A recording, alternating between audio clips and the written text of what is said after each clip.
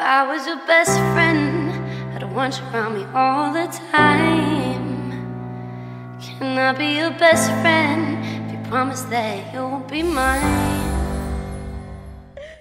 Oh gosh, you're hilarious. No, that's funny. You're But hilarious. from there, I remember asking her to come out to serve with us, and it was a great thing.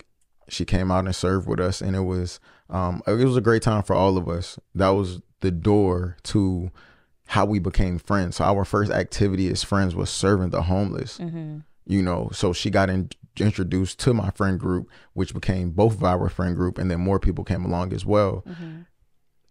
And you know, the story unfolds from there, and we'll go more into that. But I guess touch on a little bit your perspective when I text you that, or really more so your perspective when we actually got on the phone. I guess doing that whole thing. What was your perspective? Yeah, I remember you texting me that, and I was like, that's a peculiar question to ask that you don't know. Like that is a peculiar question to ask someone that you don't know. And I know we both over here yawning, man. Like, what's going on? Shake it off, okay? He could panic. Shake it off. He could panic. Y'all, this is like our fifth take on this. Like, just technical issues after technical issue, but we like, God, like we gonna get through this thing. We're gonna get through this thing. But we gonna keep going. We're gonna keep going. But yes, when you that's three. Lord, it's done.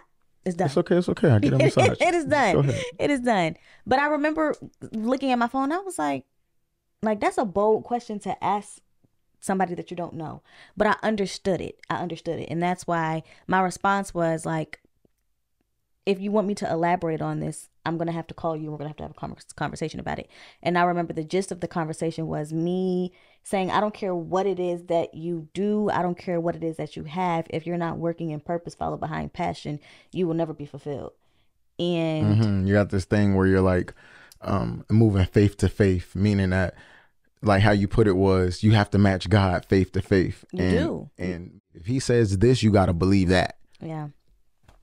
Yeah. But and then after I encountered elevation, it was nothing that I had ever experienced. You know, it was everybody within their own walk, wherever they were within their own walk, without anybody casting any kind of judgment, any kind of condemnation, any kind of scrutiny. It was like literally, here I am walking this thing out, and then everybody else around me is my support system. So there really was no judgment to be casted, which I wasn't used to.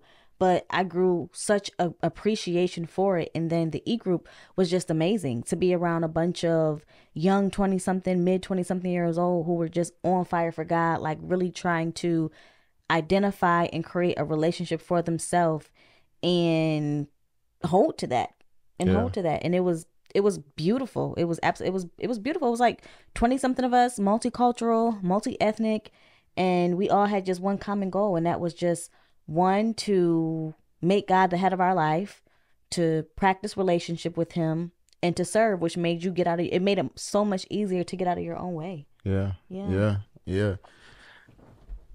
Those were the days right there. Yeah. I'm talking about, we had cars and we rented vans and just packed people in it. Brought people to church. We brought people to church. We literally served the homeless. We used to take food to the homeless. I mean, you name it. Like we took pride in it.